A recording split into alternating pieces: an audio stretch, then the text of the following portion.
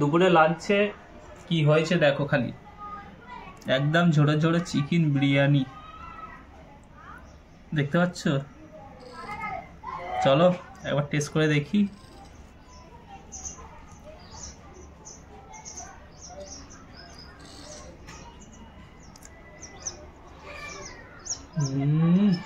সাথে শসা, পেঁয়াজ,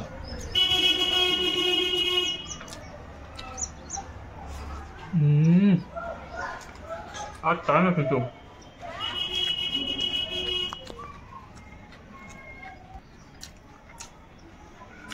কে কে চিকেন বিরিয়ানি খেতে ভালো লাগে কমেন্টে জানাবে। খালি দেখো পিসগুলো, খালি দেখো এত নরম তুলতুলে, দারুণ হয়েছে,